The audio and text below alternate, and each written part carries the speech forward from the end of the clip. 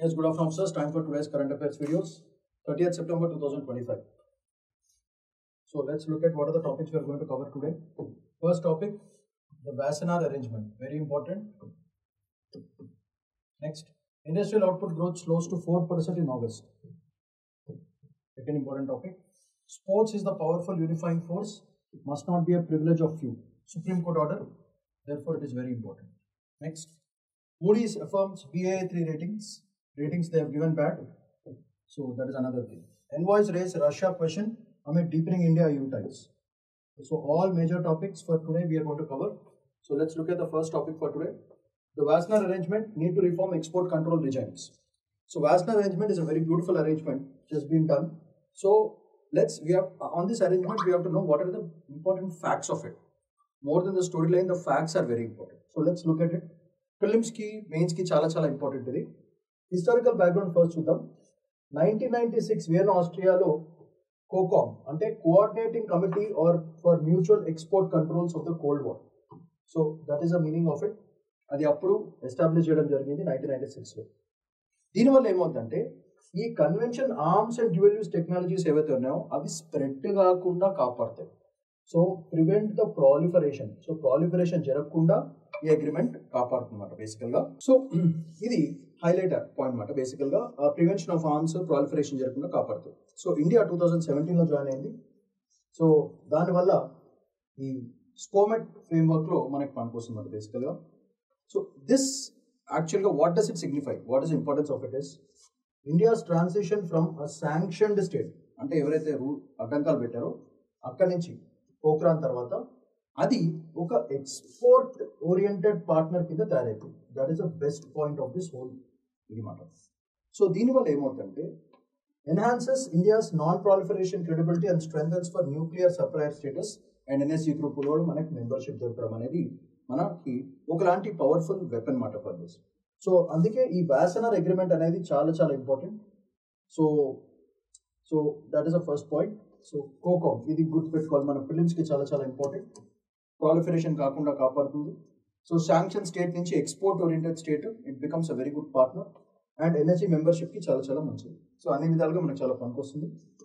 Next, constitution articles what are related to this. Article 51C state to respect international law and ట్రీటీస్ని మనమే constitution ఉంది కాబట్టి we have to respect that. Export restrictions implemented via foreign trade development regulation act, అది కూడా done. Next, defining export in cloud-based SAS model raises questions in terms of sovereignty, parity and jurisdictions and all that stuff. దానివల్ల మన India's legal for ఇంకా strong అవ్వాలి. That is advantage of it. Next, economic and technological relevance ఏంటంటే ఈ Wassenaar agreement ఎందుకు convert చేశారు బేసికల్గా hardware ఎక్స్పోర్ట్స్కి బేసికల్గా ఇచ్చడం జరిగింది. So this gives a scope of films question. Wassenaar agreement దేనికి, సాఫ్ట్వేర్ ప్రొడక్ట్సా, ఐటీ ప్రొడక్ట్సా, ఏంటి కథ ఏంటి? So, but it struggles with cloud computing, AI, data, cyber surveillance, software, ఇవన్నీ మన ప్రాబ్లమ్స్. ఆల్మోస్ట్ $200 billion పైనగా మన బిజినెస్ చేస్తున్నాం, especially with this and overall regulation చేస్తున్నాం. సో దీనివల్ల ఏమవుతుందంటే బేసికల్గా మన ఎక్స్పోర్ట్స్ నుంచి రిస్ట్రిక్షన్స్ వల్ల దానివల్ల ఏమవుతుందంటే కంట్రోల్స్ ఏవైతే ఉన్నాయో అవి ఇన్నోవేషన్ని ఇంకా గ్లోబల్ స్టాండర్డ్ని బాగా తగ్గిస్తాయి. సో దేర్ఫోర్ మన నేషనల్ సెక్యూరిటీ కంట్రోల్స్ మన దగ్గర పెట్టుకోవాలి అండ్ ఎకనామిక్ కాంపిటేటివ్నెస్ కూడా అట్లనే అరేంజ్ చేసుకోవాలి. So that is the best advantage of this Wassenaar అగ్రిమెంట్ని చేసుకోవడం. సో జియోపొలిటికల్ రిలవెన్స్ ఏమవుతుందంటే the Wassenaar agreement inclusion software and surveillance systems కూడా ఇంక్లూడ్ చేయడం జరిగింది. సో యుఎస్ అండ్ యూకే వీళ్ళిద్దరు కూడా స్ట్రిక్టర్ రెజిమ్స్ పెట్టడం చేశారు. దానివల్ల అవి emerging powers like India, China, Russia వీళ్ళందరికీ కూడా ఫ్లెక్సిబిలిటీ తక్కువ అయిపోతుంది. So it's a tool of western tech domination బేసికల్గా వాసెనార్ అగ్రిమెంట్. సో ఈ రైజింగ్ ఎకానమీస్ని తొక్కడానికి చేసిన ఒక ప్రయత్నం అది. సో ఇండియా షో ఏం చేసుకోవాలి, ఒక balance between tech security and strategic economy రెండింటిని కాపాడుకుని మన సైబర్ గవర్నెన్స్ని మన చేతిలోనే పెట్టుకోవాలి, not in the hands of the US and western bloc. That's a major thing. So మనకి ఫైనల్గా ఎట్లా పనికొస్తుంది, మన డిజిటల్ కారిడార్స్ని మనమే సెక్యూర్ చేసుకోవడానికి పనికొస్తుంది, ఎస్పెషల్లీ రీజనల్ టెక్ క్లబ్ కింద. ఈ యూఎస్ చైనా టెక్ రైవల్ ఏదైతే ఉందో అది తప్పించుకోవచ్చు. ఇండియా కూడా ఎమర్జ్ చేసే neutral bridge for all these fellows. So దీనివల్ల డిజిటల్ గవర్నెన్స్ పెరుగుతుంది, not force into binary choices. అందుకే యూఎస్ కానీ చైనా కానీ మనం ఫోర్స్ చేయాల్సిన అవసరం ఉండదు. దానివల్ల India strategic diplomacy aligning with goals of digital India మనకు మంచిది. అండ్ ఆత్మనిర్భర్ భారత్ కూడా మనకి ఓవరాల్గా పనికొస్తుంది. That is advantage of this in the global order. This is what we have to fundamentally understand from this particular article. So, and concentrate on these things. That's how you have to focus on this. Next topic, industrial output growth slows to 4% in August. ఎందుకు జరిగింది చూద్దాం. First చూసుకుంటే దీంట్లో first sectoral performance చూద్దాం, ఒక్కొక్కరిది ఎట్లా ఉందనేది. Consumer durables 3.5% from 7.322. ఎందుకు అట్లా జరిగింది? Because of week demand. Auto parts appliances కి భయంకరంగా తగ్గడం వల్ల మన గ్రోత్ ఓవరాల్ గా తగ్గింది output. Next non durable sector లో చూసుకుంటే నెగిటివ్ వెళ్ళిపోయింది, 8 month లోలో ఉంది. ఎందుకు? FMCG products like soaps, package foods, ఇవన్నీ టెక్స్ట్ ఇవన్నీ కూడా భయంకరంగా దెబ్బతింది. అట్లనే మ్యానుఫ్యాక్చరింగ్ సెక్టర్ చూసుకుంటే 3.8%, ఒరిజినల్గా 6% ఉండే, తగ్గింది. ఎందుకు? ఈ మ్యానుఫ్యాక్చర్ ఎలక్ట్రానిక్స్ చిప్స్ అక్కడి నుంచి మనం ఇంపోర్ట్ చేసుకుంటాం కాబట్టి దాని డిలేస్ వల్ల ఏంది. అట్లనే స్టీల్ అండ్ సాఫ్ట్, ఇది కూడా డిమాండ్ భయంకరంగా సాఫ్ట్గా ఉంది, దానివల్ల మనకి నెగిటివ్ అయింది. క్యాపిటల్ గూడ్స్ 4.4%, ఇనిషియల్గా 6.7 ఉండే, అది తగ్గింది. వై? ఎందుకంటే orders because of the global scenario machineries మీద, ఎక్విప్మెంట్స్ మీద ఆర్డర్స్ భయంకరంగా తగ్గిపోయింది. సో మిషనరీ ఎక్విప్మెంట్ బాగుంది. నెక్స్ట్ మైనింగ్ చూసుకుంటే 6% రీబౌండ్ అయింది. ఎందుకు? Odisha iron ore surge, coal output పెరగడం వల్ల. This the best part. Next primary goods చూసుకుంటే 5.2%, 7 month హైలో ఉంది. ఎందుకంటే ఫర్టిలైజర్స్ మంచి పంట గింట అన్ని పెరిగినాయి కాబట్టి ఓవరాల్గా డెవలప్ అయింది. నెక్స్ట్ ఎలక్ట్రిసిటీ చూసుకుంటే 4.1%, 5 month high. Heat driven thermal demand, solar wind boosts, ఇది బేసిక్గా. నెక్స్ట్ ఇన్ఫ్రాస్ట్రక్చర్ చూసుకుంటే స్లోగా ఉంది, ఎందుకంటే metro line, highway projects delay అయిపోయినాయి, దానివల్ల ఓవరాల్ నెగిటివ్ అయింది. So these are the sectoral performances of each of the sectors with respect to the output. So what are the reasons? First inflation and rural stress భయంకరంగా, దానివల్ల FMCG భయంకరంగా contract అవ్వడం జరిగింది. అట్లనే బాగా బారోయింగ్ చేసాము, borrowing cost దాని interest కట్టుకోవాలి, దానివల్ల గ్లోబల్ సోడౌన్, దానివల్ల భయంకరంగా తగ్గింది. Next supply chain, fragmented supply chain and demand miss patch. Example auto and electronics muted sales, ఇది కూడా మనకి నెగిటివ్ అయిపోయింది. డిలేస్, బేసికల్గా చాలా ప్రాజెక్ట్స్ డిలే అవడం వల్ల స్టీల్ డిమాండ్ భయంకరంగా తగ్గింది. టారిఫ్స్ మనం చేంజ్ చేయడం జరిగింది, జిఎస్టీ రిఫార్మ్స్, ఇవన్నీ ఇంకా ఇంప్లిమెంటేషన్ ప్రాసెస్ లేవు కాబట్టి ఇంకా ఇవి రిఫ్లెక్ట్ అవ్వట్లేదు. Next IIP, industrial production, it's a short term growth barometer. Basically ఇవి కాన్సెప్ట్స్ అని. ఇది August 20తో కంపేర్ చేస్తే only 0%. Consumer demand cycle, durables and non durables demand for signal, goods proxy, ఇవన్నీ కూడా all the concepts are involved in this particular article. So దానివల్ల ఓవరాల్గా ఎకానమీకి ఎట్లా దెబ్బపడుతుంది? Industrial weakness, lower Q2 momentum తగ్గిపోయింది. Manufacturing and SMEs labour observe చేసుకోరు, ఎందుకంటే డిమాండ్ లేదు కాబట్టి. వీక్ క్యాపిటల్ గూడ్స్ అంటే ప్రైవేట్ క్యాపెక్స్ సరిగా లేదని అర్థం. Next non durable dip shows inflation sequence squeeze. And finally mining, primary goods and electricity graves stability భయంకరంగా తగ్గిపోయింది. So these are all the reasons why this particular overall output was so bad with respect to the Indian economy and growth output అంత తగ్గిపోవడానికి reasons. Next topic, sports is a powerful unifying force. ఇది ఎస్ఏకి చాలా చాలా useful. ఆ పరంగా చూడండి. So supreme court order ఇది కొంతమందికి చెందకూడదు, అందరికీ చెందాలని overall idea. Sports as a tool of fraternity. Supreme Court emphasized that sports operationalize constitutional value, uniting diverse linguistic, cultural and social groups. National identity పెరుగుతుంది, కమ్యూనలిజం తగ్గుతుంది, క్యాస్టిజం, రీజనల్ అన్ని తగ్గిపోతాయి. 64 recognised national sport federations, దాంట్లో especially Khelo India youth games 2018 to 2025, cricket world cup, collective celebrations beyond caste and religion, and Mohalla football in Kerala, grassroots inclusivity represent చేయడం జరుగుతుంది. So ఇది prelims కి చాలా చాలా ఇంపార్టెంట్ మనకి. That's overall game. నెక్స్ట్ చూసుకుంటే equal access, not privilege of lights. Sports అనేది అందరికీ దొరకాలి, ఓన్లీ రిచ్ పీపుల్ కి కాదు అని ఓవరాల్ గా చెప్పడం జరిగింది. ఇది మన article 14 and 15 equality for everything. అట్లనే rural schools in India have proper playgrounds తీసుకురావాలి. జీడిపి ఇన్ స్పోర్ట్స్, చైనా 0.6%, మనదేమో 0.07%. So that is very bad. So Khelo India scheme ని ఇంక్లూజివ్ గా చేయాలి, not just for only certain people, అందరికీ spread అయ్యేటట్టు చూసుకోవాలి. Odisha hockey world cup model, state funded sports infra for all, ఇట్లాంటిది మనము ప్రతి స్టేట్ లో స్టార్ట్ చేయాలి. So this can be one of the solutions for getting this things in order. Next sports and institution, AIF institutions, national life, elitism తగ్గిస్తుంది. Administration accessible to everyone చేసుకోవాలి. 16,000 crore budget మొత్తం అంతా overall గా దాంట్లో ఉన్న game. So Lodha committee DCCI reforms, that is very important for your prelims. It democratizes everyone, andarki equal access dorukutundi. So it's court monitored, AFI case 2022, and ఈ పేట్రనేజ్ politics అన్ని కూడా end చేయొచ్చు అనమాట. అంటే ఎవరైనా వాళ్ళు ఉన్నోళ్ళు, it's like you know the new political stuff and all that stuff ఆ పరంగా. నెక్స్ట్, దీనివల్ల ఈవెంట్స్ నుంచి రెవెన్యూ వస్తుంది, మన ఐపీ రైట్స్ బాగుంటాయి, మీడియా మస్ట్ అబ్సర్వ్ అఫోర్డబుల్, దానివల్ల ఎంపవర్మెంట్ భయంకరంగా జరుగుతుంది, ఎంప్లాయ్మెంట్ భయంకరంగా జరుగుతుంది, ఇండియా సాఫ్ట్ పవర్ కూడా భయంకరంగా పెరుగుతుంది. Sports economy contributes only 0.1% to GDP, which is not so good. Globally, sports చాలా, especially Europe, China అట్లా స్పోర్ట్స్ కి భయంకరంగా రెవెన్యూ వస్తుంది. India should also increase. IPL ఒక్కడే 3,500 crores జనరేట్ చేస్తుంది. రంజీ ట్రోఫీలు ఇన్వెస్ట్ చేసి గ్రాస్ రూట్ క్రికెట్ ని మళ్ళీ ఇంక్రీజ్ చేసుకోవాలి.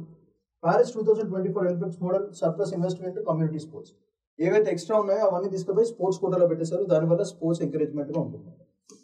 నెక్స్ట్, మోడీ ఇది BAA3. ఈ రేటింగ్ బేసికల్ గా చెప్పేది ఏంటంటే it is okay but not confident. ఇది రేటింగ్ మాట, అంటే వర్స్ట్ కాదు అట్లా అని చెప్పి కాన్ఫిడెన్స్ లేదు. That rating is called BAA3. దీంట్లో AA+, B1, B2, C1, C2 అట్లానే BAA3 ఇట్లాంటివి ఉంటాయి అన్నమాట బేసికల్ రేటింగ్స్. ఇది మూడీస్ ఆర్గనైజేషన్ ఇస్తుంది. ఇది వెరీ ఇంపార్టెంట్, ఎందుకంటే ఇన్వెస్ట్మెంట్స్ కానీ FDIs కానీ ఏమైనా ఫ్లో కావాలంటే this is one of the most important things. అది చాలా చాలా ఇంపార్టెంట్. సో ఈ రేటింగ్స్ చాలా తక్కువ ఇచ్చారు, ఓన్లీ స్టేబుల్ అవుట్లుక్ అంటున్నారు, కానీ యాక్చువల్గా ఆ రేటింగ్ ఇవ్వడం వల్ల ఏమవుతుందంటే వేరే ఫారెన్ కంపెనీస్ ఎవరైతే మన దాంట్లో ఇన్వెస్ట్ చేద్దాం అనుకుంటున్నారో ఈ రేటింగ్ సరిగా లేకపోతే పెద్దగా ఇన్వెస్ట్మెంట్ ఇంట్రెస్ట్ చూపెట్టరు. A+, ఏనో ఏ ఉంటే అప్పుడు there be heavy investments coming on. కానీ మన రేటింగ్ ఓన్లీ BAA3 ఇచ్చారు, which is not worse but okay. So దానివల్ల ఇన్వెస్టర్ కాన్ఫిడెన్స్ తగ్గుతుంది. But this can be seen as a political game that the western powers are playing. ఈ Moody rating agencies వీళ్ళందరూ కూడా యూజువల్గా under the guise of the western blocs ఉంటారు. So వీళ్ళు BA3 rating ఇచ్చారు. It's only a stable thing but not a confirm thing. So Moody affirmed India's BA3 rating stable outlook but low investment grade అని చెప్పడం జరుగుతుంది. ఎందుకు అంటే India's repayment capacity is not so great, India's repayment ability is not so great అని చెప్పడం జరిగింది. So interest టైంకి pay చేస్తున్నారు లేదా అనేది ఇష్యూ. ఇంటర్నేషనల్ క్యాపిటల్ మార్కెట్స్ కి మనకి యాక్సెస్ రావాలంటే ఈ ratings, this Moody's rating should be A or AA ఉంటే అప్పుడు మనకి ఈ ఇంటర్నేషనల్ క్యాపిటల్ మార్కెట్స్ లో మనం ఈజీగా అప్పు తీసుకోవచ్చు, ఎందుకంటే దే బిలీవ్ ద సిస్టమ్. కానీ ఈ BA3 రేటింగ్ వల్ల ఏమవుతుందంటే బేసికల్ గా మనం ఇంటర్నేషనల్ క్యాపిటల్ మార్కెట్స్ లో డబ్బులు తీసుకోలేము, because they think that we cannot repay back, that is issue. So దీనివల్ల ఏమవుతుంది, స్ట్రాంగ్ GDP గ్రోత్ కావాలి, ఫిజికల్ కన్సాలిడేషన్ ఎఫర్ట్స్ నోట్ చేసుకోవాలి, అప్పు ఏదైతే ఉంటే డెట్ బర్డెన్ తగ్గించుకోవాలి, అండ్ దానివల్ల ఏమవుతుంది ఇన్వెస్టర్ కాన్ఫిడెన్స్ పెరుగుతుంది. But slow physical improvement prevents upgrade in ratings. మనది స్లో అండ్ స్టడీగా వెళ్తుంది ప్రస్తుతానికి, దానివల్ల యాక్సలరేటెడ్ గ్రోత్ లేదు, which people don't like. That is a basic problem, అది మనం జాగ్రత్తగా ఉంచుకోవాలి. Next, external sector stability versus global risks. India sound external position highlighted strength, so that is a very good point. కానీ risk ఎవరిది, ఈ tariffs wars, trade wars, global policy measures, దీనివల్ల మనకి బాగా డిమాండ్ తగ్గిపోయింది, అప్పులు తీసుకున్న వాళ్ళు తగ్గిపోయారు, రీపేమెంట్ కెపాసిటీ తగ్గిపోయింది. Though it's study growth, it's not an accelerated growth కాబట్టి పెద్దగా చేయడానికి ఏమి ఉండదు. దానివల్ల రెసిలియన్స్ పెరుగుతుంది, మ్యానుఫ్యాక్చరింగ్ అండ్ ఎక్స్పోర్ట్ కాంపిటేటివ్నెస్ పెరగాలి ఇంకా, ఎందుకంటే వాటికి ఎక్స్ట్రీమ్ ప్రెషర్స్ ఎక్స్టర్నల్ గా భయంకరంగా ఉండడం వల్ల ఇది నెగిటివ్ అయిపోయింది.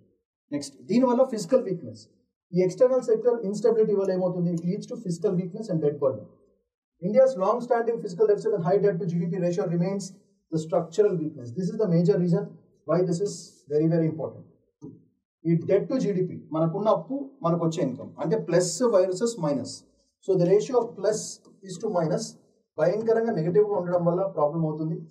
దానివల్ల అప్పు తీర్చగలుగుతారా లేదా అనే ఒక ఉద్దేశంతో ఇంటర్నేషనల్ క్యాపిటల్ మార్కెట్స్లో లోన్స్ ఇచ్చినా చాలా హై ఇంట్రెస్ట్కి ఇస్తారన్నమాట, అది పెద్ద ప్రాబ్లం అయిపోతుంది. దీనివల్ల వీక్ రెవెన్యూ మొబిలైజేషన్ భయంకరంగా ఉండదు, అండ్ ఎఫోర్డబిలిటీ ఆఫ్ డెట్ కూడా మనము తీర్చుకోలేము, that is a major problem. So credit strength, ఈ క్రెడిట్ స్ట్రెంత్ అంటే అప్పు ఇచ్చే పరిస్థితి కూడా లేదు మనకి, because of the physical stress, that is a link between them. So rating remains unchanged as BA3, which is very very bad మాట, ఇది బ్యాడ్ సిచ్యువేషన్.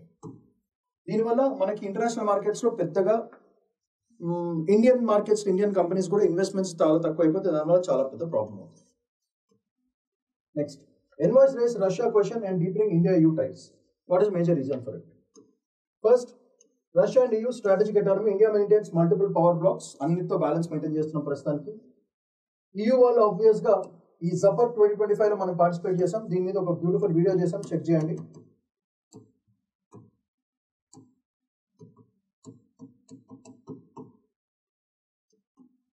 ఛానల్లో జపద్ ఎక్స్క్లూజివ్ గా చేశాను. దాంట్లో ఉన్న different 4 directions exercises 4 drills every year చేస్తారు Russia వాళ్ళు. దాన్నే జపద్ అంటారు. పేరు ఎక్సర్సైజ్ ఆల్సో చాలా ఇంపార్టెంట్. ఆ లిస్ట్ కూడా ఇచ్చాను, ఒకసారి చెక్ చేసుకోండి.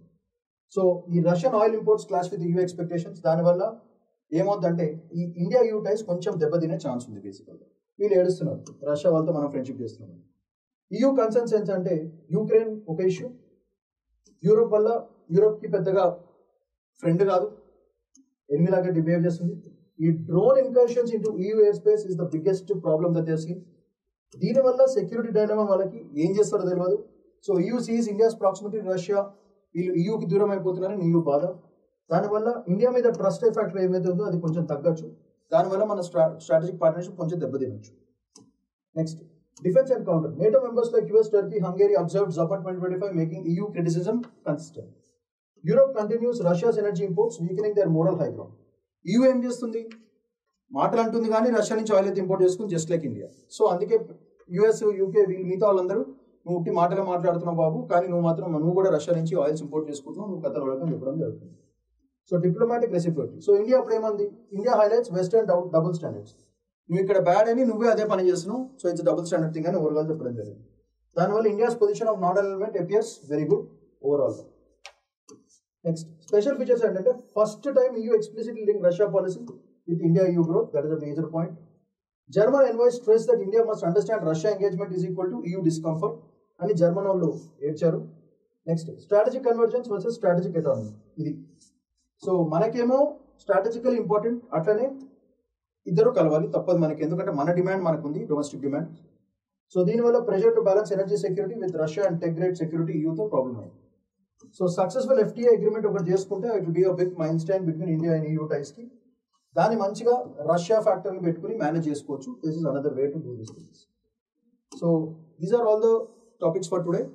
సో అన్ని ఒకసారి వీడియో చూడండి, ఇంపార్టెంట్ నేను అండర్లైన్ చేసిన పాయింట్స్ని జాగ్రత్తగా పెట్టుకుని నోట్స్ క్రియేట్ చేసుకోండి. So that's all for today. Shravanth Paidikonda signing off. Bye.